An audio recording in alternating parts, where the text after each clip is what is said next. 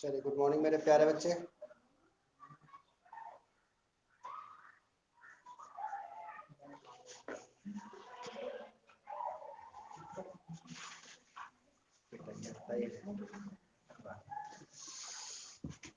चलिए बच्चे, आज हम लोग एक न्यू टॉपिक पढ़ेंगे।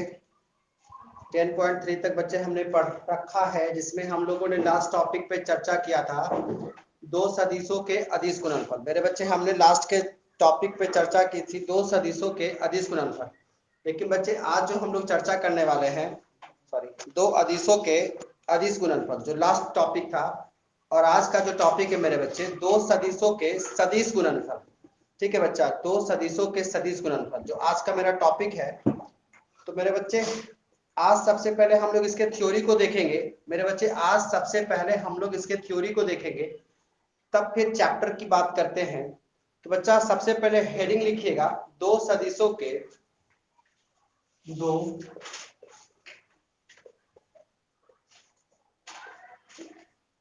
दो सदिशों के सदिश, या इसी को मेरे बच्चे बोलते हैं या क्रॉस गुणनफल। क्रॉस गुणनफल इंग्लिश में मेरे बच्चे लिख लीजिएगा, इंग्लिश में लिख लीजिएगा वेक्टर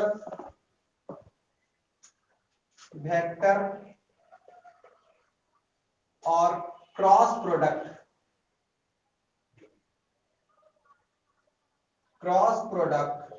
ऑफ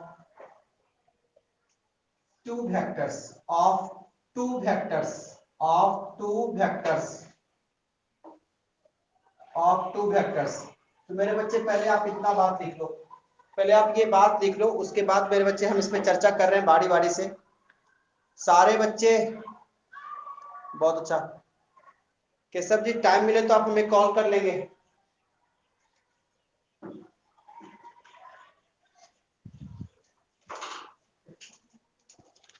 चलिए बच्चा, आप इसको ध्यान से समझेंगे, और जो बच्चा इससे पहले के चैप्टर को नहीं पढ़ा होगा, तो मेरे बच्चे आप जाकर पिछले सारे वीडियो को देखेंगे, आपको समझ में भी आ जाएगा। सारे प्रश्न मेरे बच्चे हमने सॉल्व भी किया है, तो आप इससे पहले के वीडियो को जरूर देखेंगे, तब जाकर आपको यहाँ पे और अच्छे से सारी बातें समझ में आएंगी। लेकिन बच्चे, अगर पहले का कंसेप्ट क्लियर नहीं रहा होगा, तो बच्चे आज बहुत कुछ ज्यादा समझ में नहीं भी आ सकता है। तो हो सकता है मेरे बच्चे कि आप पहले के वीडियो को जरूर देखेंगे, जिससे कि आपको फायदा होगा। ठीक है, हालांकि मेरा प्रयास यही होता है बच्चा कि कोई भी चीज अगर पढ़ाया जाए तो उसके सारे कंसेप्ट को क्लियर किया जाए, यानी अगर आप यहां से भी देखेंगे तब भी सब कुछ क्लियर हो जाएगा। तो मेरे बच्चे, पहले बात समझो क्रॉस प्रोडक्ट का। अभी जो हम लोग बच्चे पढ़ रहे थे, इससे पहले पढ़े थे कि दो अदिशों का अदिश गुणनफल है, जिसको मेरे बच्चे हम लोग डॉट प्रोडक्ट के द्वारा दिखाते थे। ए और बी के बीच में मेरे बच्चे डॉट के द्वारा दिखाते थे। ठीक है, इसका फॉर्मूला मेरे बच्चे ये होता था, ए का मैग्नीट्यूड इंटू वेक्टर बी का मैग्नीट्यूड इंटू कॉस थीटा। यही होता था मेरे बच्चे। लेकिन जब हम बात क्रॉस प्रोडक्ट की करेंगे, हम क्रॉस प्रोडक्ट की करेंगे ना, तो वेक्टर ए का क्रॉस और वेक्टर बी का क्रॉस, यानी मेरे बच्चे गुना का तरीका बदल गया। डॉट के समय डॉट लिखते थे, और यहाँ मेरे बच्चे इसको क्रॉस बोलते हैं। तो जब यहाँ पे दो सदिश को जब गुना करवाते थे, यानी जब ये कैलकुलेशन करते थे, तो जो मान आता था मेरे बच्चे, वो कोई ना कोई अदिश आता था, यानी आप ऐसे कहो कि कोई ना कोई संख्या आता था। लेकिन जब आप इन दोनों को गुना करवाओगे, तो मेरे बच्चे जो मान आएगा वो सदिश होगा। सदिश कहने का मतलब वो आई कैप, जे कैप और के कैप में भी आ सकता है। कभी कभी मेरे बच्चे आई, जे और के को कैप के रूप में न लग के वेक्टर के रूप में भी लिखा जाता है, उससे घबराएंगे नहीं। ठीक है, अगर, क्योंकि देखिए, A cap, I cap, J cap और के कैप, ये क्या बताता है? ये बताता है यूनिट वेक्टर। लेकिन हो सकता है बच्चा कि आई, जे और के को सदिश मान लिया हो, वो यूनिट वेक्टर ना रहे, क्योंकि वेक्टर का हर एक प्रकार यूनिट ही हो, ऐसा तो कोई जरूरी नहीं है।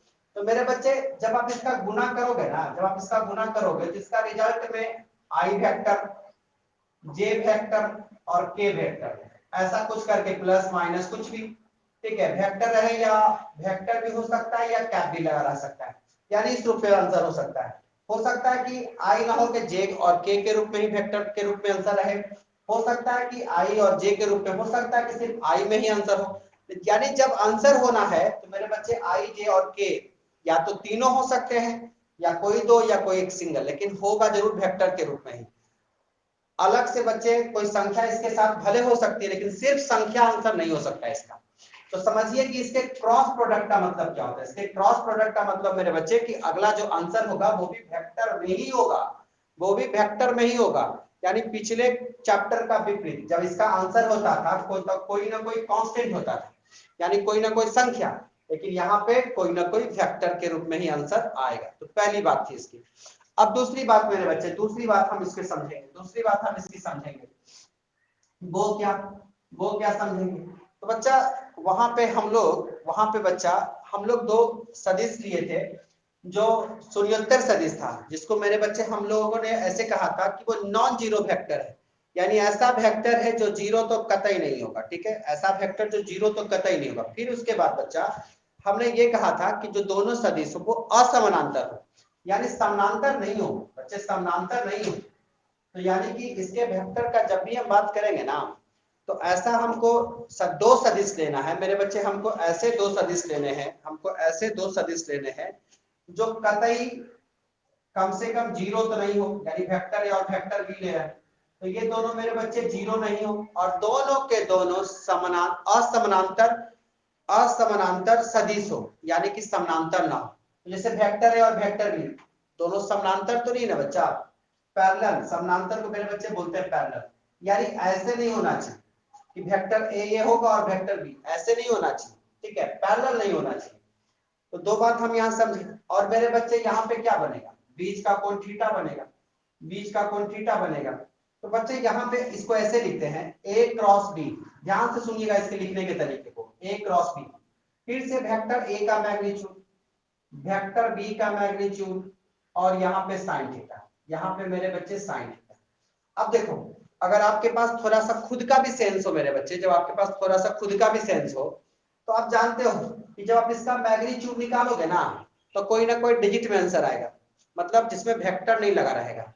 इसका भी मैग्नीट्यूड निकालोगे ना बी का, तो कोई ना कोई मेरे बच्चे संख्या में ही आंसर आना है, वेक्टर में आंसर नहीं रहेगा। और थीटा का कुछ भी मान रख लो यहाँ साइन थीटा का, तो वो भी कोई ना कोई संख्या होगा, यानी तीनों के तीनों तो संख्या ही होगा। और जब तीनों को गुना करोगे तो कोई ना कोई संख्या आएगा। तो आप कहोगे हमसे, आप अपने आप से भी पूछो, तो फिर आप जो अभी कह रहे थे, तो आप जो अभी कह रहे थे कि जब इसका हम क्रॉस प्रोडक्ट निकालते हैं तो हमारा कोई ना कोई वेक्टर ही आता है। तो यहाँ कहाँ आया वेक्टर, ये तो गुना करोगे तो क्रॉस प्रोडक्ट में तो कोई ना कोई फिर संख्या आ गया, तो वेक्टर की बात कहाँ रहे। तो बच्चा वेक्टर अब आएगा, अब वो कहाँ से आएगा बच्चा, कोई ना कोई एक ऐसा यहाँ यूनिट वेक्टर होगा, सुनना मेरी बात, हम क्या कर रहे हैं, यूनिट वेक्टर होगा जो इन दोनों पर लंब है। हम क्या कर रहे हैं, दोनों पे लंब है, किसी एक पे नहीं, दोनों पे लंब है, लंब है। और मेरे बच्चे इसको बोलते हैं एन कैप। एन कैप का मतलब एन वेक्टर, एन कैप का मतलब एन वेक्टर, ये एक यूनिट वेक्टर है। ये कौन सा वेक्टर है, यूनिट वेक्टर। तो अब आप ही बताओ, जब एन कैप से गुना करवाए, तो मान लो कि अगर ये कोई संख्या आ भी गया, तो किसी संख्या को किसी वेक्टर से गुना करवाओगे, किसी संख्या को किसी वेक्टर से गुना करवाओगे, तो क्या वो वेक्टर नहीं हो जाएगा। अगर आप बात को नहीं समझ रहे तो समझना। जैसे बच्चा हम बोले 2y, मान लो थोड़ा देखिए, और j प्लस के, ठीक, ये सारे के सारे मेरे बच्चे वेक्टर के रूप में लिखे हुए हैं। अगर हम इसको 5 से गुना करवा दें तो कितना, 10i, 5j कैप और 5k कैप। तो बताओ ये जो मान है क्या वेक्टर के रूप में नहीं है क्या, वेक्टर के रूप में नहीं है क्या। तो यही तो कह रहे हैं हम कि अगर ये कोई संख्या हो भी गया ना, तो n कैप के साथ यानी n फैक्टर के साथ अगर इन सबको गुना करवा लीजिएगा ना, तो रिजल्ट जो हमारा आना है, रिजल्ट जो हमारा आना है मेरे बच्चे, वो क्या आना है, फैक्टर के रूप में। यानी कि हमारा एक फार्मूला बना, हमारा एक फार्मूला बना a क्रॉस b बराबर a का मैग्नीट्यूड इंटू b का मैग्नीट्यूड इंटू साइन थीटा और n वेक्टर, n एक यूनिट वेक्टर है, तो unit vector n, unit vector n, इसको लिख लीजिए, ये आपका फॉर्मूला है, ये मेरे बच्चे आपका फॉर्मूला। आप इसको नोट करिए, इसके बारे में मेरे बच्चे हमने थ्योरी में काफी चर्चा किया। थ्योरी में हम आपको टेलीग्राम पे कुछ देर में डलवा देंगे, आप उसको मेरे बच्चे नोट करिए, वहां पे काफी विस्तार से इसको समझाया हुआ है। ठीक है,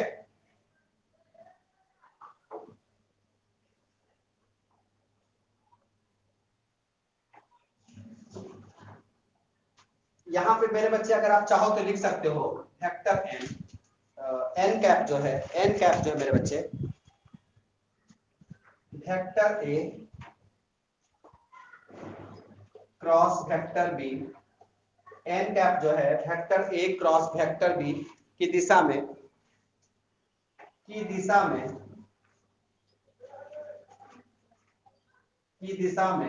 एक मात्रक सदिश है। एक मात्रक सदिश है। मात्रक सदिश का मतलब मेरे बच्चे यूनिट वेक्टर है। मात्रक सदिश है, मात्रक सदिश कहने का मतलब मेरे प्यारे प्यारे बच्चे वो यूनिट वेक्टर है, वो मेरे बच्चे यूनिट वेक्टर है। ठीक है जी, आप इस बात को अच्छे से समझ रहे होंगे। देखो बच्चा, हम बहुत आराम से आपको लेके चल रहे हैं, एक एक बात को समझा कर ही आगे बढ़ रहे हैं। आप इसे आराम से देखो, अगर कहीं पे ये लगे कि हमारा कोई कंसेप्ट अधूरा जा रहा है या किसी चीज को हम नहीं समझ पा रहे हैं, तो आप हमें बताओ बच्चे, हम उस चीज को दूर करेंगे। उस चीज को मेरे प्यारे प्यारे बच्चे हम दूर करेंगे।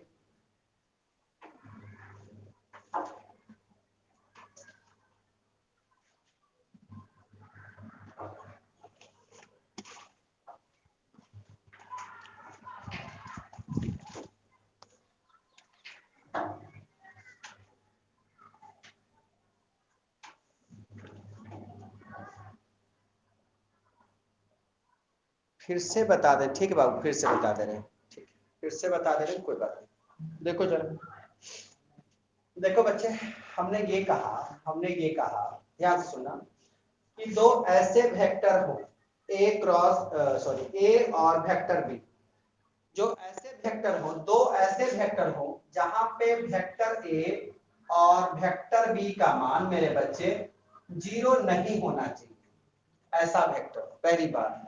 और ये भी बोल रहे हैं कि जो दोनों का मान 0 भी ना हो और दोनों का मान पैरेलल भी ना हो। देखो पैरेलल को हमने काट दिया है, यानी कि समानांतर भी ना हो। ठीक है, जब दो ऐसे वेक्टर लिए और दोनों से हमारा बच्चा कोण बना थीटा, दोनों से हमारा कोण बना थीटा, तो बच्चा जब हम इसका गुना करवाएंगे ना, तो ऐसे गुना करवाएंगे, ए और इसको पढ़ते हैं cross, A cross B, A cross B. तो इसका फॉर्मूला बनता है एक वेक्टर ए का मैग्नीट्यूड वेक्टर बी का मैग्नीट्यूड साइन थीटा। तो जब मेरे बच्चे, जब इसका कैलकुलेशन, बस इस एन को छोड़ दो, थोड़ी देर के लिए करोगे ना, तो कोई ना कोई संख्या आएगा। आप कहोगे कि क्रॉस किया तो कोई ना कोई संख्या आया, लेकिन जब ए क्रॉस बी निकालोगे तो हमारा जो आंसर होना चाहिए वो वेक्टर के रूप में होना चाहिए। अब बोलो वेक्टर के रूप में कैसे, तो कब उसके साथ आई लगा रहना चाहिए, जे लगा रहना चाहिए, के लगा रहना चाहिए, मतलब ऐसे करके रहना चाहिए। लेकिन ये तो एक संख्या दे रहा है, तो इसका मतलब इसमें एक और ऐसा वेक्टर है जो एन, जिसको बोले बच्चा एन कैप। एन कैप एक ऐसा वेक्टर है जो कि हम देखिए चर्चा भी किए कि ए क्रॉस बी की दिशा में एक मात्रक सदिश है। अब ध्यान से इस लैंग्वेज को पढ़िए, ए क्रॉस बी, तो ए यहां है और बी कहां है, यहां, यानी कि इस डायरेक्शन में ये बढ़ रहा है, इस डायरेक्शन में ये बढ़ रहा है। मेरे बच्चे समझना, ये डायरेक्शन इसका कैसे है, ए से बी की ओर है, ए से बी की ओर है। इसको लिखने का मतलब क्या है, ए से बी की ओर है। तब आप कहोगे क्या डायरेक्शन बदलता भी है, डायरेक्शन बदलता भी, हम करेंगे इसकी चर्चा, बिल्कुल करेंगे मेरे बच्चे। कोई एक ऐसा कंसेप्ट भी नहीं होगा ना जिसकी चर्चा हम ना करें। आप देख लेना, चाहे जितने भी बुक से देखना होगा देख लेना, कोई ऐसा कंसेप्ट ही नहीं होगा जिसकी चर्चा ना हो। ठीक है, तो अब आगे देखो जरा, तो हम मेरे बच्चे हम ये कह रहे थे ना कि एक मात्रक सदिश हो, यानी एन एक मात्रक सदिश हो। अगर इस मात्रक सदिश को हम यहाँ गुना करवाएंगे ना, तो इसका जो रिजल्ट आना है ए क्रॉस बी का, वो कोई ना कोई वेक्टर के रूप में ही आना है। उसको मेरे बच्चे कुछ देर में हम करवा भी देंगे, टेंशन ना लो। इसको फिलहाल आप नोट करो। इसमें फिर एक और बात समझाना है हमको, फिर मेरे बच्चे एक और बात समझाना है। ठीक है, आप इसे जल्दी से नोट कर लो।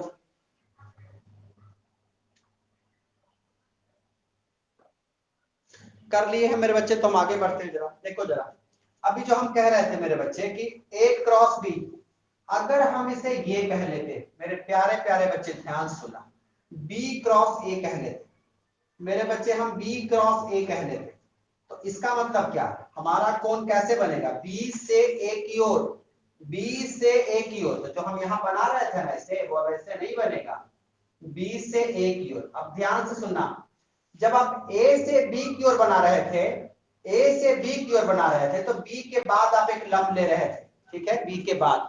तो मेरे प्यारे प्यारे बच्चे यहां समझना ये है, हाँ बाबू डन है, तो मेरे बच्चे यहां समझना ये है कि जब बी से ए की ओर जा रहे हो ना, तो अब लंब कहां बनेगा, लंब बनेगा मेरे बच्चे, ध्यान से सुना, बी से ए यानी ए के बाद मेरे बच्चे यहां पे लंब बनेगा, यहां पे मेरे बच्चे ये जो एन कैप वेक्टर होगा ना वो यहां बनेगा, एन कैप वेक्टर होगा ना यहाँ। अब इस एन कैप वेक्टर से मेरे बच्चे यहां भी लंब है, यानी ए पे भी लंब है ये, और ये बी पे भी लंब है, यानी यहां भी लंब है और यहां भी लंब है, ऐसे समझो यहां से भी लंब है ये और ये यहां से भी लंब है, ये दोनों पे लंब होता है बच्चा। थोड़ा 3D फिगर है तो बोर्ड पे आप कहोगे लंब कहाँ है, ये तो तिरछा भागा है, लंब कहाँ है, तो मेरे बच्चे के लंब ही है, लेकिन 3D फिगर है तो बोर्ड पे हम इसको समझा ही सकते हैं, पूरा दिखा पाना थोड़ा मुश्किल होता है बाबू, थोड़ा दिखा पाना मुश्किल होता है, लेकिन 3D फिगर है तो 3D फिगर में मान लो ऐसा होता है, ये इस पे भी लंब है, ए पे भी, और ये बी पे भी लंब है बच्चा, ये बी पे भी लंब है। चलो इसको ऐसे समझो, तो अब मेरे बच्चे जैसे ही हमने इसको ऐसे लिखा ना, अब देखो वेक्टर ए, वेक्टर बी और साइन थीटा, लेकिन जो ई एन कैप है ना बच्चा वो माइनस में कंसीडर होगा। अब वो माइनस, आप कहोगे ये माइनस कैसे, अब आप कहोगे ये माइनस कैसे, तो मेरे बच्चे जरा आप सोचना, जरा आप सोचना, जब संख्या रेखा पढ़े होंगे तो ये होता है x, तो ये x डैश के तरफ वाला क्या होता है संख्या माइनस में, तो यहाँ पढ़े होंगे बाई, ऊपर जो गया तो बाई, अभी ऊपर गया जो बाई, तो बाई वाला सब प्लस में, लेकिन जैसे नीचे आते हो तो वो तो बाई डैश हो जाता है, तो बाई डैश का कोई भी मान क्या होता है माइनस में। तो मेरे बच्चे अब जरा सोचो कि ये मान नीचे आ गया तो ये माइनस नहीं हो जाएगा, यहाँ लिखना minus n cap, minus n cap, तो मेरे बच्चे इसके कारण ये माइनस हो जाएगा, तो अब ये माइनस को आगे लिखो, ये माइनस को आगे लिखो, और यहाँ पे थोड़ा सा बी और ए को ही लिखो, कोई दिक्कत नहीं, पहले बी तो ए, अगर ए बी भी लिखे होंगे ना तो कोई दिक्कत नहीं है, गुना करके ए और बी बी है कोई दिक्कत नहीं, लेकिन यहाँ पे मेरे बच्चे ऐसे ही रहना चाहिए। तो ये बी का मैग्नीट्यूड माइनस ए का मैग्नीट्यूड साइन थीटा और minus n cap, minus n cap, आप इसे नोट कर लो। हालांकि इसकी चर्चा हम इसके प्रॉपर्टीज में भी करते, इसकी चर्चा हम क्रम विनिमय नियम में भी करेंगे, ठीक है, तो मेरे बच्चे ये दोबारा भी आएगा, तो वहां पे सिर्फ लिखा देंगे और यहाँ हम समझा दिए, आप इसे नोट कर लो बच्चा, इसे नोट कर लो। अब मेरे बच्चे बहुत इंपॉर्टेंट है, बहुत इंपॉर्टेंट है ये चैप्टर और आपका 10.3, ये दोनों चैप्टर मेरे बच्चे आप ढंग से पढ़िएगा। अगर मान लीजिए 10.2 और 1 भी नहीं पढ़े हैं तो वीडियो सारा अवेलेबल है आपके ग्रुप पे, आप जाकर मेरे बच्चे दोबारा देखिए, तिबारा देखिए, अगर आपको फिर भी बातें समझ में नहीं आती तो मुझे जरूर बताइए।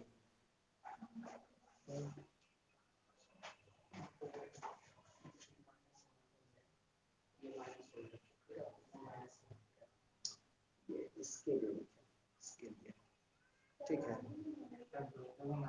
अच्छा ये हाँ, मेरे बच्चे यहाँ से माइनस हटा लीजिएगा, यहाँ से माइनस हटा लीजिए, क्योंकि इसी माइनस को तो आगे लिखे, सही बात, चलो सही बात है।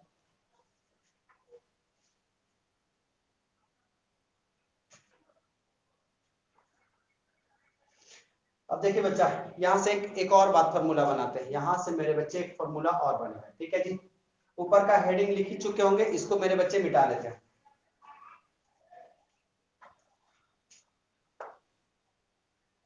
बहुत इंटरेस्टेड चैप्टर है बच्चा, बहुत इंटरेस्टेड, अगर आप इसमें एक एक कंसेप्ट पे कमांड कर लिए ना, अगर एक एक कंसेप्ट पे कमांड कर लिए ना, तो बच्चा ना तो कोई ऑब्जेक्टिव छूटेगा, ना तो कोई 2 नंबर का क्वेश्चन छूटेगा, ना मेरे बच्चे 5 नंबर का कोई क्वेश्चन छूटेगा, 100% बच्चे ये सही बात हमने कही। अगर छूटता है तो मुझे जरूर बताना बच्चा कि आपने ऐसा कुछ पढ़ाया नहीं था, अब जरूर बताइएगा, ऐसा सवाल ही पैदा नहीं होता कि कुछ छूट जाए, एकदम से मेरे बच्चे कतई कोई एक क्या करे बच्चा, एक क्वेश्चन भी नहीं छूटना है, चाहे वो कोई भी फॉर्मेट का पूछ ले, लॉन्ग शॉर्ट या ऑब्जेक्टिव कुछ भी। अब मेरे बच्चे देखो, फिर से हम वापस आ रहे हैं, फिर से वापस इसी पे आ रहे हैं बच्चा, फिर से वापस इसी पे आ रहे हैं, ठीक है, ध्यान से देखना, फिर से वापस इसी फॉर्मूले पे आ रहे हैं। अब हम क्या करते हैं बच्चे, देखना जरा इसी फॉर्मूले पे, हम क्या करते हैं मेरे बच्चे, अब इसकी प्रॉपर्टीज पे हम लोग चलने लगे, ठीक है। तो आप इसे यहीं पे भी लिख सकते हो, बाद में प्रॉपर्टीज फिर हम लिखवा देंगे। अगर मेरे बच्चे हम क्या करें कि इसको मैग्नीट्यूड के रूप में लिखें, मतलब दोनों तरफ हम क्या करते हैं कि इसका मैग्नीट्यूड ले लेते हैं, ऐसे करें। मैग्नीट्यूड का मतलब इसके मॉड में डाल दिए, तो वेक्टर ए का मैग्नीट्यूड, फिर से वेक्टर बी का मैग्नीट्यूड, और साइन थीटा और एन कैप। तो मेरे बच्चे देखो जरा, ये तो जैसे है वैसे ही रहने दो। ये बच्चा याद कर लेना, जब फार्मूला बदलेगा ना तो फिर कहोगे कि ये वाला कहाँ चला गया। तो बच्चा यहीं पे समझ लो कि कोई चीज कहाँ चला जा रहा है। देखो वेक्टर ए और से लेके एन कैप तक सब मैग्नीट्यूड के अंदर है, यानी मॉड के अंदर है। तो वेक्टर ए का अगर कोई मॉड भी रहेगा ना तो यही लिखा जाएगा, वेक्टर ए का मॉड ही। और वेक्टर जी के मॉड भी जैसे के तैसे वैसे ही लिखे जाएंगे, और साइन थीटा भी मेरे बच्चे जैसे हैं वैसे ही लिखे जाएंगे। यहां तक में कोई दिक्कत नहीं। लेकिन मेरे बच्चे जरा सुनना, अगर इसका मैग्नीट्यूड हम कहें, अगर हम इसका मैग्नीट्यूड कहें मेरे बच्चे, यानी हम इसकी बात कर रहे हैं, तो बच्चा हम लोग 1 से 2 क्लास पहले से भी इस बात को सीख चुके हैं कि यूनिट वेक्टर का मैग्नीट्यूड हमेशा कितना होता है बच्चा, यूनिट वेक्टर का मैग्नीट्यूड कितना होता है। यानी मेरे प्यारे प्यारे बच्चे, यहाँ पे इसका मान क्या होता है, इसका मान मेरे बच्चे, इसका मान हो जाएगा 1, इसका मान मेरे बच्चे हो जाएगा 1, ठीक है, 1 हो जाएगा।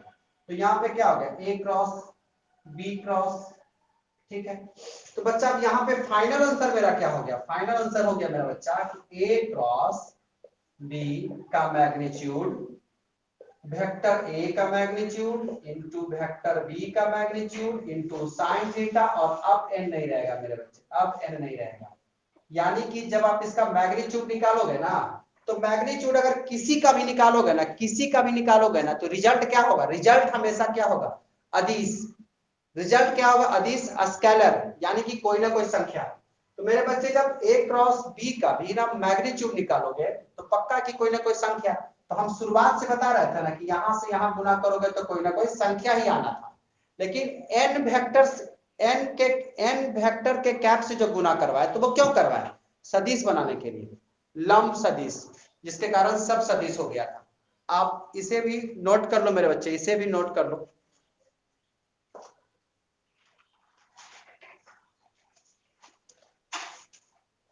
अब कुछ प्रॉपर्टीज पे चर्चा करेंगे बच्चा, ये भी इस प्रॉपर्टीज का पार्ट ही था जो कि हम सबको इकट्ठे लिखवा भी देते हैं।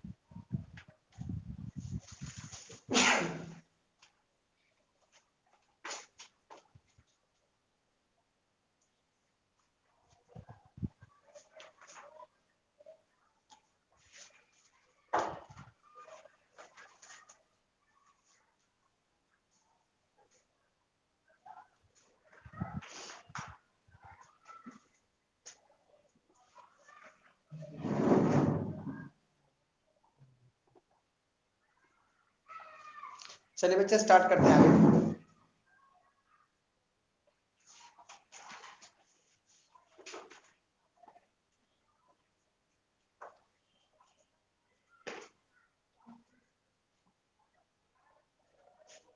देखो बच्चा, अब इसके प्रॉपर्टीज में भी डाल सकते हो ये सब, या नोट करके भी लिख सकते हो, कोई दिक्कत नहीं है,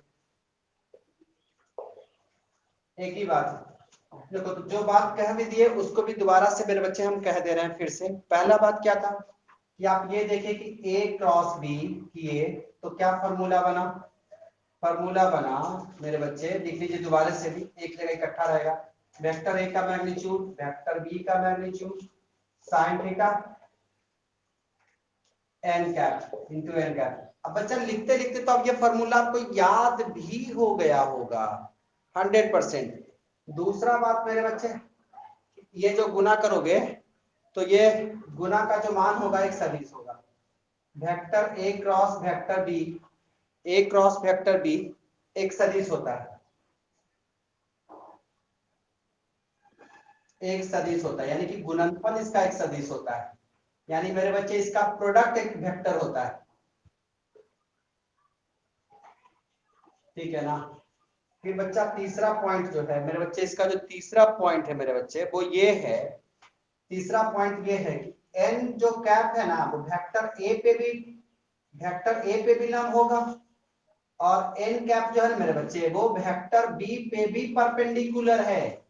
ये दोनों पे परपेंडिकुलर है मेरे बच्चे, ये दोनों पे परपेंडिकुलर है। फिर चौथा बात ये होगा बाबू, फिर चौथा बात जो होगा मेरे बच्चे वो चौथा बात ये होगा कि अब ए क्रॉस बी किए ना, ठीक है, तो ये माइनस बी क्रॉस ए के बराबर होगा, ठीक है, ये इसके बराबर होगा। यानी आप ऐसे समझो कि अगर एग्जाम में ये दिया रहे माइनस ना दिया रहे तो ये कटा हुआ रहेगा। बच्चे देखो इसको लिखने के दो तरीके हो सकते हैं, ठीक है, हम लिख ही दे रहे हैं। एक तो ये हो सकता है, ठीक है, या अगर बराबर करना है, अगर दोनों को बराबर करना है मेरे प्यारे प्यारे बच्चे तो यहाँ माइनस दे दो, ये भी कर सकते हो आप, ये भी कर सकते हो बच्चा, दोनों में से कोई भी एग्जाम में आपको दे दे, ये भी दे देगा या ये भी दे देगा। हालांकि इसका चर्चा हम वितरण नियम में फिर से करेंगे, ठीक है।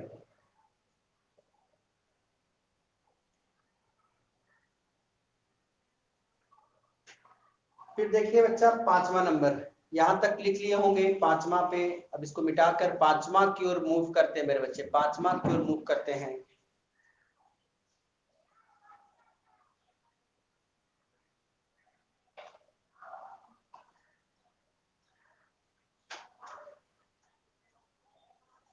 चलो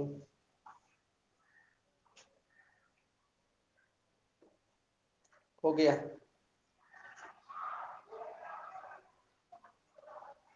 4 नंबर फिर से समझा दीजिए, ठीक ठीक ठीक। चलो फिर से समझा दे रहे हैं 4 नंबर, देख लो 3 तक मिटा दे रहे हैं, 4 फिर से समझा दे रहे हैं, देखना जरा इसके बारे में मेरे प्यारे प्यारे बच्चा है। अभी थोड़ी देर पहले हमने चर्चा करी थी इसकी, क्या चर्चा करी थी का ध्यान से सुनो। जैसे हम कहे थे ए क्रॉस बी, इसके बारे में हम बोले कि ए और वेक्टर बी एक नॉन जीरो वेक्टर है, यानी कि इसका मान कभी जीरो नहीं होगा, ठीक है, होता है नॉन जीरो वेक्टर। दूसरी बात, ये दोनों पैरेलल भी नहीं होगा एक दूसरे के, यानी कि दोनों पैरेलल नहीं होगा तो पक्का कि कहीं ना कहीं मिलेगा भी। पैरेलल होता है नहीं समानांतर होता तो आपस में नहीं मिलता, लेकिन अगर पैरेलल नहीं तो पक्का बात है कि दोनों कहीं ना कहीं मिलेगा। जब मिलेगा मेरे बच्चे तो थीटा बना देगा, बीच का कोई थीटा बना देगा, ठीक है। तो हम बोल रहे हैं ए क्रॉस बी, सुनना जरा, ए क्रॉस बी, जब ए क्रॉस बी बनाएगा ना तो इसका फॉर्मूला होता है वेक्टर ए का मैग्नीट्यूड, वेक्टर बी का मैग्नीट्यूड और ये साइन थीटा, ठीक। लेकिन अगर यहां से यहां तक गुना करोगे ना तो कोई ना कोई संख्या आएगा, ठीक, कोई ना कोई संख्या। तो अब हम जो कह रहे थे कि गुना करके सदिश आना चाहिए, सदिश तो आया नहीं, कोई संख्या आ गया।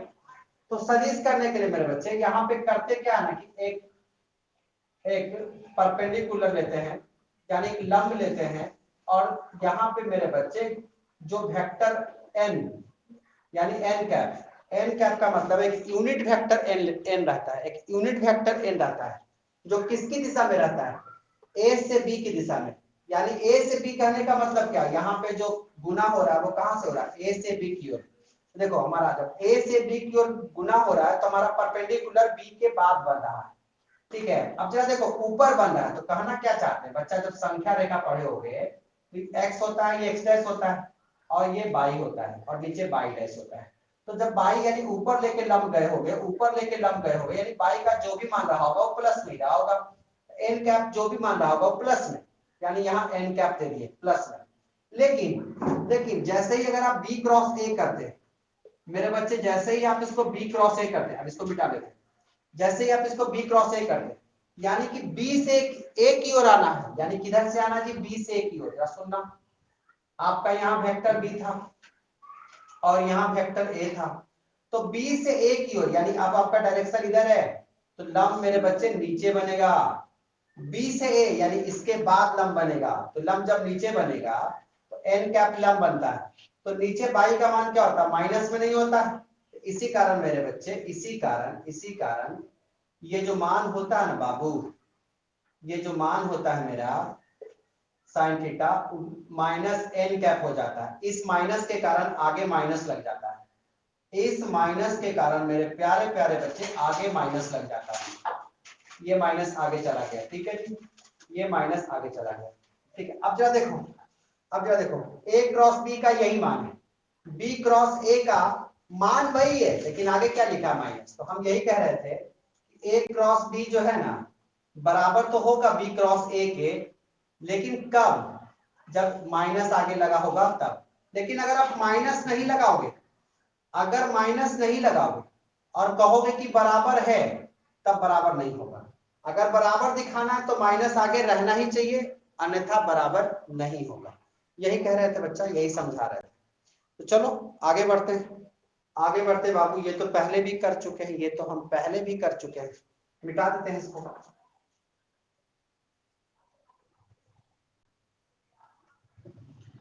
अब देखो बाबू, अगला जो है ये भी हम करवा चुके हैं, 5वां नंबर पॉइंट है कि vector A cross vector B का मैग्नीट्यूड, अगर किसी का भी मैग्नीट्यूड निकालते हो ना तो उसका मान कोई ना कोई संख्या में आना, ठीक है। तो इसका मान हम बोले थे कि वेक्टर ए का मैग्नीट्यूड, वेक्टर बी का मैग्नीट्यूड, और यहाँ पे क्या होगा साइन थीटा। बस इतना में, इतना ही फॉर्मूला में ये बनता है, यानी एन कैप खत्म हो जाता है जैसे ही आप इसका मैग्नीट्यूड निकालते हो तब। अब यहाँ पे एक बात हमेशा याद रखिएगा, यहाँ पे हमेशा एक बात जो याद रखिएगा क्या, ठीक है, कि यदि ऐसा हो जाए कि वेक्टर ए का मान 0 हो जाए और वेक्टर बी का मान भी 0 हो जाए, या ऐसा इसी में लिख देते हैं, ठीक है, दोनों 0 हो जाए तो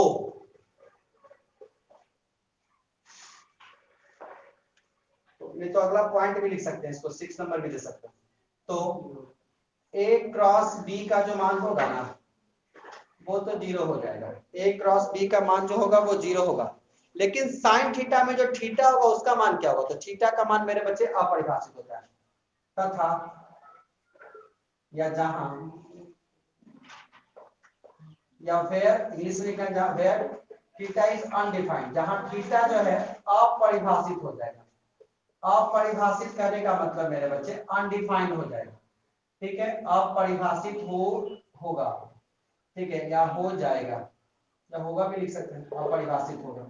इसको भी नोट कर लीजिए, जब वेक्टर ए और वेक्टर बी का मान 0, तो A cross vector B cross का मान 0 हो जाएगा, और जो थीटा होगा इसमें साइन थीटा के पास जो थीटा लगा रहेगा वो अपरिभाषित होगा, यानी इसको परिभाषित करना पॉसिबल नहीं है।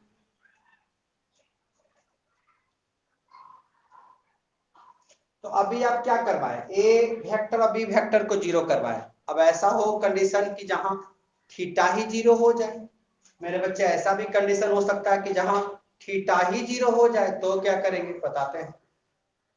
थीटा भी तो 0 हो सकता है बाबू, थीटा भी तो 0 हो सकता है मेरे बच्चे। हम इसका आपको नोट्स का पीडीएफ भेज देंगे और आप इसे नोट कर लेंगे मेरे बच्चे। अगर कोई बात नहीं समझ में आता है तो आप मुझे बताएंगे।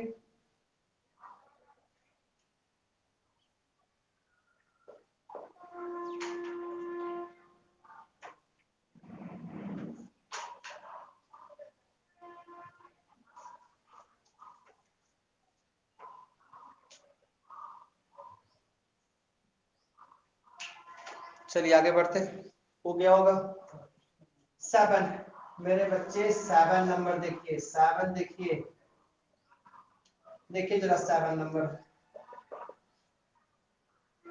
बच्चा। 7 में क्या कहता है कि अगर थीटा का ही मान 0 हो जाए मेरे बच्चे, इफ थीटा इक्वल टू 0, या बच्चा या और भी लिख सकते हैं, या पाई हो, एक चीज मेरे बच्चे हमसे जो बात छूट गई थी वो ये छूट गया था मेरे बच्चे, एक शुरू में एक बात छूट गया था, जो साइन थीटा हम लोग लेते हैं बच्चा, हालांकि नोट्स में हम करवा दिए हैं, जो साइन थीटा लेते हैं ना, तो थीटा का मान जो होता है मेरे बच्चे वो 0 से लेके 180 तक होता है। यानी कि जो हम डॉट प्रोडक्ट में रूल्स को अपनाए हुए थे ना, वो यहाँ भी रहता है, इससे आगे नहीं होता है, यहीं तक होता है कंसीडर।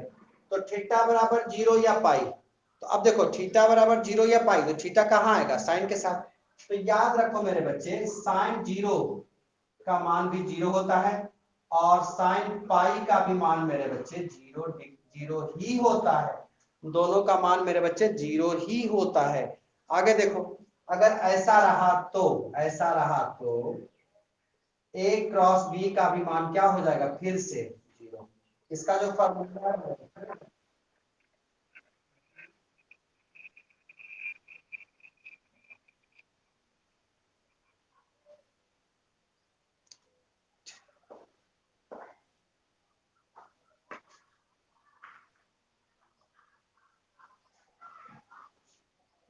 देखिए जरा,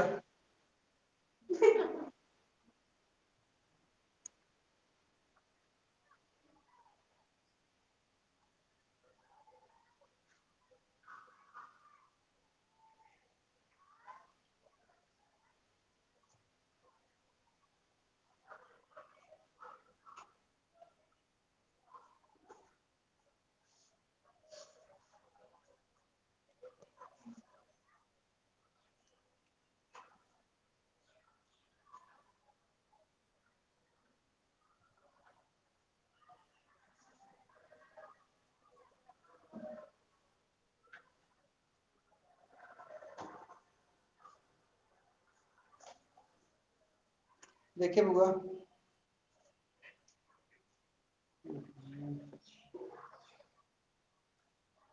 देखिए बाबू आगे, अब ये कहां से आया जरा सुनना। अगर आप इसको जानना चाहते हो तो बच्चा, वेक्टर ए का मैग्नीट्यूड क्या पढ़ा था हमने, वेक्टर बी का मैग्नीट्यूड और साइन थीटा। तो साइन थीटा के जगह पे क्या रखोगे, 0। तो अब 0 को अगर मेरे बच्चे किसी से भी गुना करवा दोगे तो वो 0 ही नहीं हो जाएगा। ए क्रॉस बी का मान क्या हो जाएगा, ए क्रॉस बी का मान 0 हो जाएगा, ए क्रॉस बी का मान 0 हो जाएगा। ठीक है, इसको भी आप नोट कर लीजिए।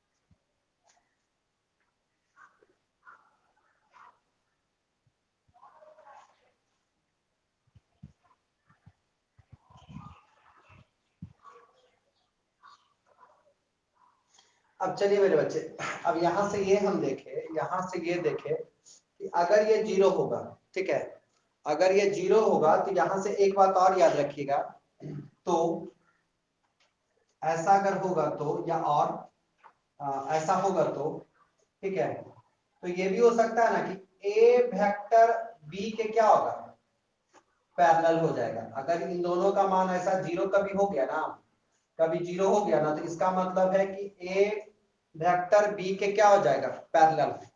अब देखो, हम जब आपको शुरुआत में पढ़ाए थे ये वाला बात, ये वाला मान आपको शुरू में दिए थे, तो हम वहां कुछ बात कहे थे, ध्यान से फिर से सुनना। हम बोले थे कि वेक्टर ए और वेक्टर बी नॉन जीरो है, यानी 0 नहीं है, पहली बात बोले थे। तो और फिर ये भी बोले थे कि वेक्टर ए और वेक्टर बी समानांतर नहीं है बल्कि असमानांतर है। ठीक है, असमानांतर भुजा है, यानी ये दोनों जो भुजा वेक्टर होगा, ए वेक्टर बी वेक्टर असमानांतर है। लेकिन हम यहाँ क्या कर रहे हैं कि दोनों के दोनों समानांतर है। ऐसा कब होगा, जब वेक्टर ए और वेक्टर बी का मान 0 होगा। तो 0 किसकी वजह से हुआ, 0 किसकी वजह से हुआ, थीटा की वजह से। 0 किसकी वजह से हुआ, थीटा की वजह से, ए और बी की वजह से नहीं हुआ।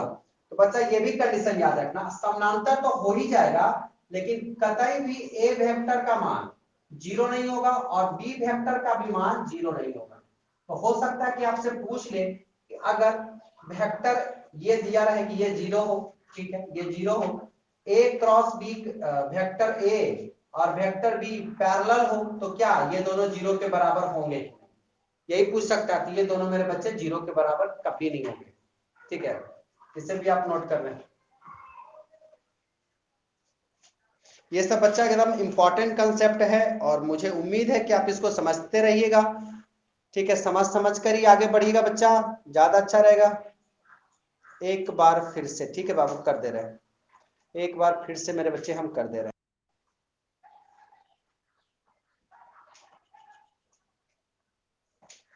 देखना बच्चा, हम फिर से कर दे रहे हैं। सुनना बच्चा, जैसे कि हम जो फॉर्मूला लिखे ए क्रॉस बी, ठीक, और A cross B, vector A cross vector B, तो बच्चा इसका फॉर्मूला क्या था? वेक्टर ए का मैग्नीट्यूड, वेक्टर बी का मैग्नीट्यूड और साइन थीटा। ठीक, तो हम यहाँ ये कह रहे हैं ना, हम यहाँ ये कह रहे हैं कि थीटा का मान अगर जीरो या पाई, थीटा का मान अगर जीरो हो या पाई, तो अगर हम साइन थीटा के जगह पे यहाँ जीरो दिखा चुके हैं, यहाँ पाई रख लेते हैं, तो साइन पाई का भी मान जीरो होता है। तो अगर यहाँ जीरो रखोगे और इन दोनों से गुना करवाओगे तब तो ये भी जीरो हो जाएगा, ये भी जीरो हो जाएगा। तो हम यहाँ पहली बात ये कहे कि जीरो, थीटा का मान जीरो या पाई रखने से ए क्रॉस वेक्टर बी का मान जीरो के बराबर होता है। ठीक, दूसरी बात ये कह रहे हैं कि अगर इसका मान जीरो के बराबर होता है ना, vector A cross vector B का मान अगर जीरो के बराबर होता है ना, तो इसका ये भी मतलब है कि वेक्टर ए समानांतर होगा वेक्टर बी। तो कह रहे हैं कि इसका ये भी मतलब है, दूसरा एक मतलब है कि वेक्टर ए और वेक्टर बी जो है आपस में एक दूसरे के पैरेलल है। पैरेलल तो हैं, लेकिन कभी भी वेक्टर ए का मान और वेक्टर बी का मान जीरो नहीं होगा। पैरेलल होने के बावजूद देखिए जीरो तो हो गया रिजल्ट, लेकिन इसका मान जीरो के बराबर नहीं हो सकता है वेक्टर ए और वेक्टर बी, क्योंकि शुरुआत में ही इसका डिफिनेशन दिए थे कि इसका मान वेक्टर ए और वेक्टर बी नॉन जीरो होता है, यानी जीरो नहीं होता है दोनों का मान। ठीक है, नॉन जीरो ही लेना है, और दोनों असमानांतर। लेकिन अगर समानांतर हो गया ना, अगर समानांतर मान लो कोई कंडीशन से हो भी गया लेकिन जीरो नहीं होगा। ठीक है, आगे बढ़ो बच्चे, आगे बढ़ो। अब तो यहाँ हम जीरो करवा लिए, अब मेरे बच्चे यहाँ 90 करवा लेते हैं, 90, और ये मेरा प्रॉपर्टी नंबर नेक्स्ट हो जाएगा। ठीक है बच्चा, प्रॉपर्टी नंबर नेक्स्ट, और ये बेहद ही इंपॉर्टेंट चीज यहाँ से निकल के आने वाला है। प्रॉपर्टी नंबर जो भी 9 ही था ना, 8, ठीक 8। तो बच्चा जो भी होगा, थीटा बराबर अगर 90 ले लिए ना, थीटा बराबर 90, तो A cross B, vector A cross vector B, vector A का मैग्नीट्यूड, वेक्टर बी का मैग्नीट्यूड। ठीक है बच्चा, और यहाँ पे क्या हो जाएगा? Sign 90 degree. साइन 90 का मतलब 1। तो मेरे बच्चे यहाँ पे हम ये कह रहे हैं कि vector A cross vector B बराबर वेक्टर ए का मैग्नीट्यूड और वेक्टर बी का मैग्नीट्यूड, ये होता है। आप इसे नोट करें बच्चा, ठीक है, इसे नोट कर लें। और एक चीज और, यहाँ पे एन कैप मेरा छूट गया मेरे बच्चे, एन कैप भी छूट गया। एन कैप भी आप चाहो तो दे सकते हो, एन कैप भी चाहो तो दे सकते हो। ठीक है, ये हो गया। ठीक है, लेकिन अगर आप इसका मैग्नीट्यूड निकालो, जैसे कि मैग्नीट्यूड कहने का मतलब अब इसका मैग्नीट्यूड निकालो। ध्यान सुना, हम क्या बोल रहे हैं, अब इसका मैग्नीट्यूड निकालो। जब इसका मैग्नीट्यूड निकालोगे तो इधर भी मैग्नीट्यूड करोगे, तो चलो कर ही देते हैं।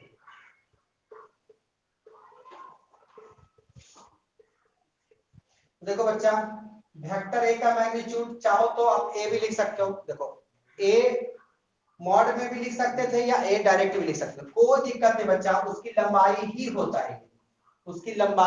होता है, और वेक्टर बी इसकी लंबाई ही होता है, लेकिन एन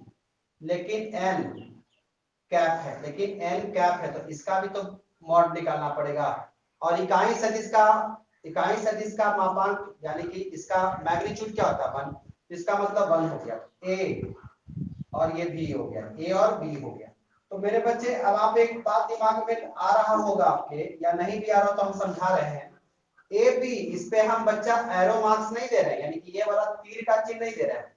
अब बोलो कि क्यों नहीं दे रहे हो? तो बच्चा, किसी का भी मैग्नीट्यूड निकालोगे ना, किसी का भी जो मैग्नीट्यूड का मान होगा ना, वो मेरे बच्चे कोई ना कोई संख्या होगा, कोई ना कोई संख्या होगा। वो वेक्टर कैसे हो सकता है, वो बच्चा वेक्टर कैसे हो सकता है, इसीलिए वेक्टर खत्म हो गया जब मैग्नीट्यूड की बात कर दिए तो। ठीक है, ए और बी हो गया।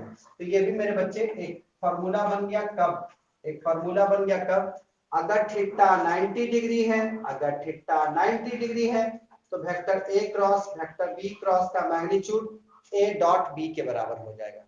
ठीक है, इसको भी नोट कर लीजिए।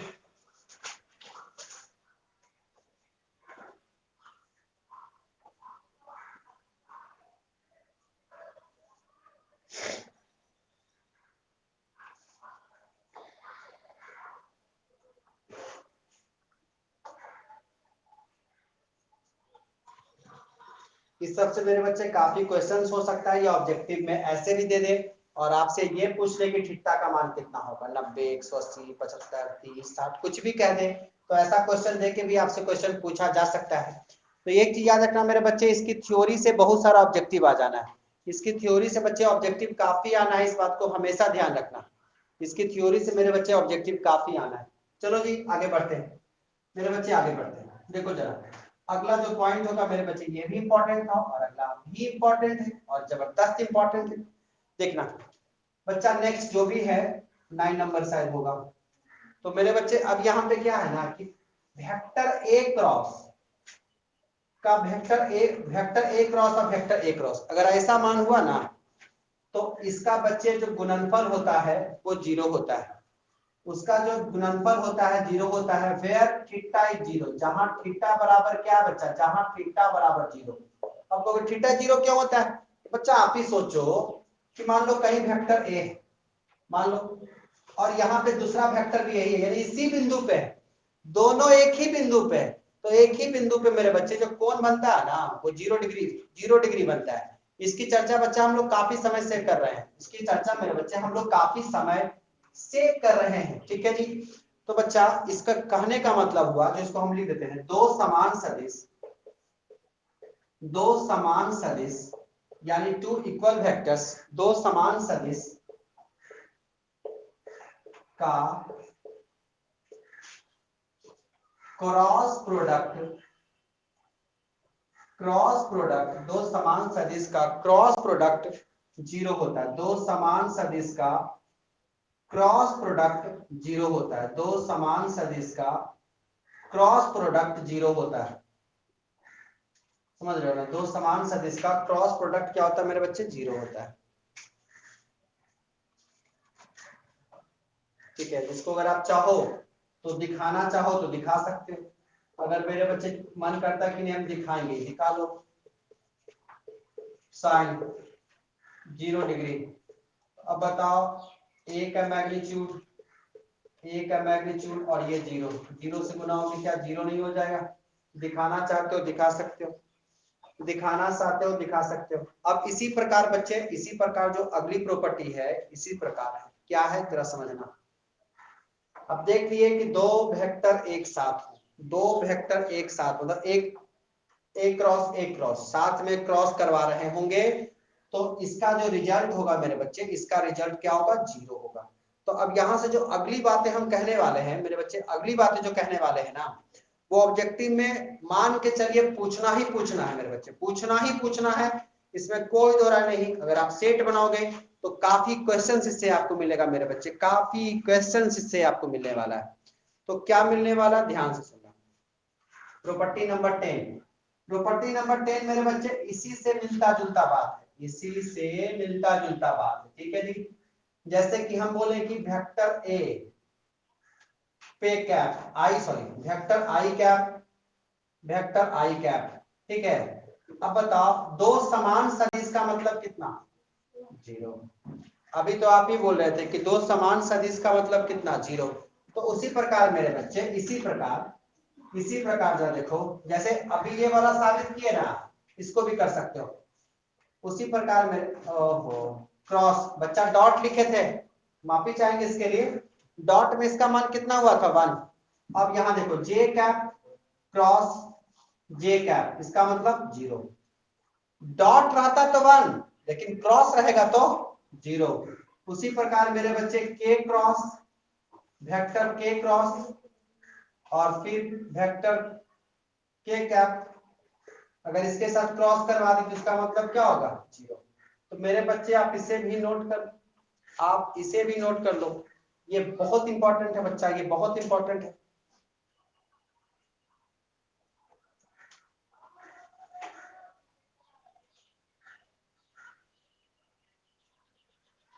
अब देखिए इसके आगे की प्रॉपर्टी की चर्चा करेंगे बच्चा, ये याद होना चाहिए, मुझे पूरी उम्मीद है कि आप इस बात को समझ रहे होंगे। अब देखिए प्रॉपर्टी नंबर 11, अब जरा देखना जरा प्रॉपर्टी नंबर 11। अगर मेरे बच्चे हम ऐसा गुना करवाए, ठीक है, आई क्रॉस जे, ठीक है, तो जब हम ऐसा लिखते होंगे तो इसका मतलब तो यही कहना चाहते हैं कि आई का मैग्नीट्यूड वेक्टर जे का मैग्नीट्यूड और यहाँ पे साइन थीटा, यही कहना चाहते हैं। और यहाँ पे मेरे बच्चे ये कह सकते हो आप, ठीक है, ये कह सकते हो। ध्यान से जरा देखो, ध्यान से मेरे बच्चे देखो जरा। अब यहाँ पे बात क्या है मेरे बच्चे, जो बात है वो समझना, थोड़ा सा उस बात को समझना, यही फार्मूला रहता होगा। अब यहाँ पे देखना, अभी कुछ लिखना नहीं, सिर्फ देखना मेरे बच्चे, मैंने बोला है सिर्फ देखना, सिर्फ देखो। अब जरा देखो 3D फिगर फिर से देखो, 3D फिगर फिर से देखो। मान लो कि ये x है, ये O है, ये y है और ये z है, मेरे बच्चे z है। तो अगर हम आई कैप की बात करेंगे तो मान लो कि यहाँ से यहाँ तक जो लंबाई है वो आई कैप, और यहाँ पे मेरे बच्चे जे कैप, और ये जेड कैप की बात कर रहे हैं हम लोग, ठीक है, ऐसे बोले थे। तो एक बात इसमें हम और बोले थे, आई कैप, जे कैप और जेड कैप एक दूसरे पर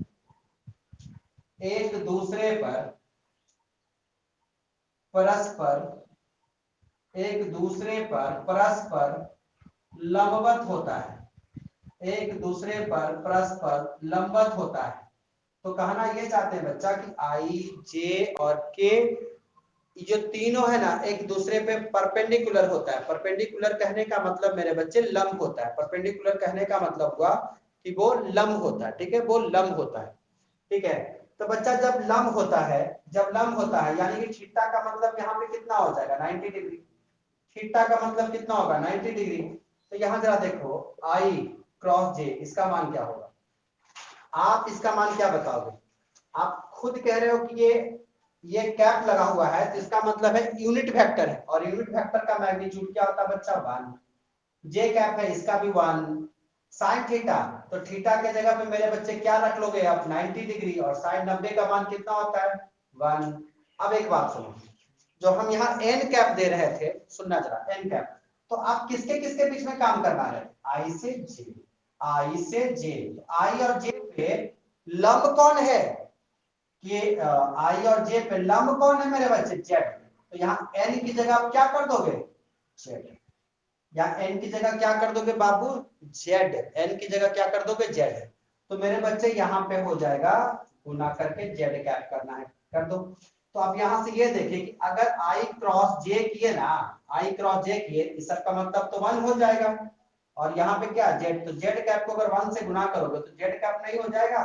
तो अब देखो, अब आप यहाँ से क्या समझे, आई क्रॉस जे का मतलब जेड कैप होता है, आई क्रॉस जे का मतलब जेड कैप होता है, ठीक है जी, आई क्रॉस जे का मतलब जेड कैप होता है। इसे कर लो नोट।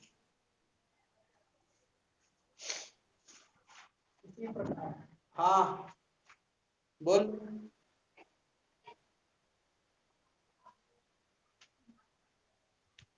जेड के नीचे, अरे बच्चा जेड के नीचे एन कैप नहीं होगा, लंब, लंब हम यहाँ,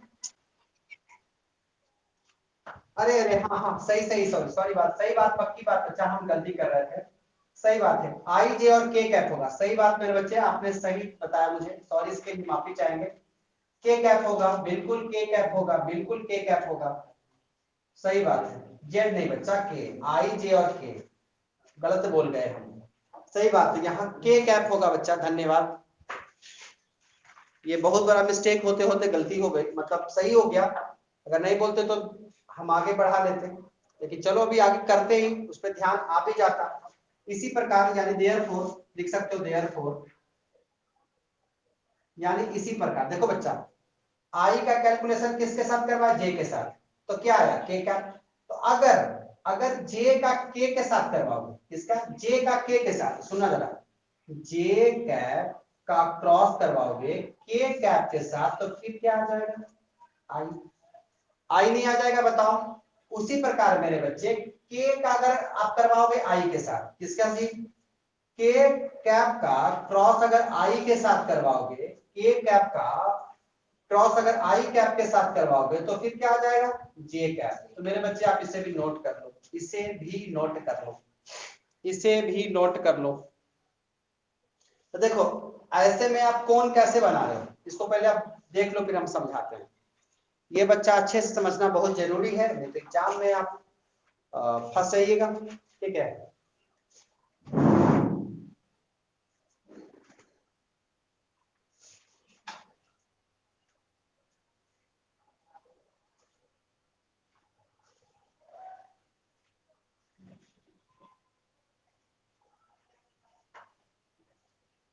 लिख लिए होंगे। अब बच्चा देखो ये जो बन रहा है ना, वो एंटी क्लॉकवाइज बन रहा है, एंटी क्लॉकवाइज, बोलो एंटी क्लॉकवाइज, यानी घड़ी की विपरीत दिशा में। जरा देखना, आप इसको यहां से यहां किए, तो कहने का मतलब क्या, जे क्रॉस के कैप, जे क्रॉस के कैप, तो जे क्रॉस के कैप किए तो क्या आया आपको, आई। फिर उसके बाद आप यहां से यहां बढ़ो, के से आई की ओर, के से आई की ओर, घड़ी की विपरीत दिशा में। तो के से जब आई की ओर गया तो क्या बना जे, और जब यहाँ आई से जे की ओर जाओगे तो क्या बना के। तो मेरे बच्चे आप इसको ऐसे समझना, अगर आप शॉर्ट में समझना चाहते हो, आई जे और के लिखना, ठीक है। इसका अपोजिट भी अभी कहने वाले हैं। तो आई जे लोगे ना तो क्या आएगा, के, जे और के लोगे ना तो क्या आएगा, आई।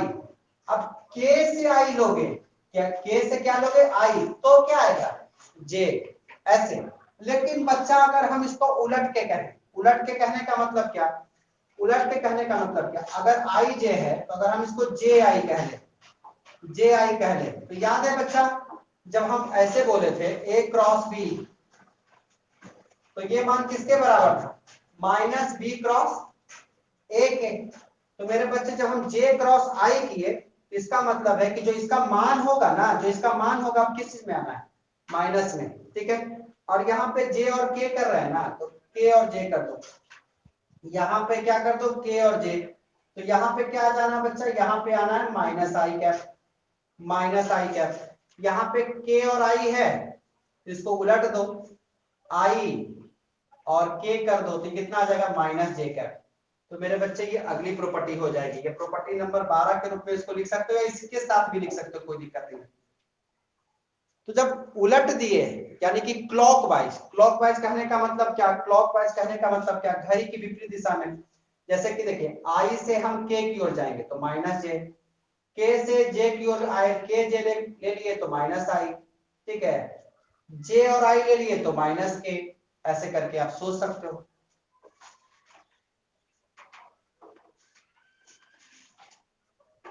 तो मेरे बच्चे अब बताओ कितना इंपॉर्टेंट हो गया ये, जरा आप ही बताओ कितना इंपॉर्टेंट हो गया ये, बताइए, हो नहीं गया।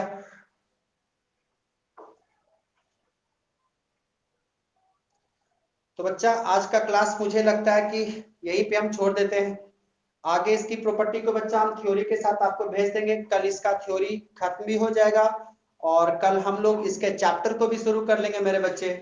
और संभवतः 1 से 2 क्लास, 2 क्लास यानी कि अगले 2 दिन में खत्म हो जाएगा ये चैप्टर। मुझे पूरी उम्मीद है कि आप सब बात को समझ पाए होंगे। अगर कोई बात समझ में नहीं आया होगा बच्चा, तो इस वीडियो को आप दोबारा भी देखना, ठीक है। अगर फिर भी समझ में नहीं आया तो मुझे बताना मेरे बच्चे। तब तक के लिए बाय।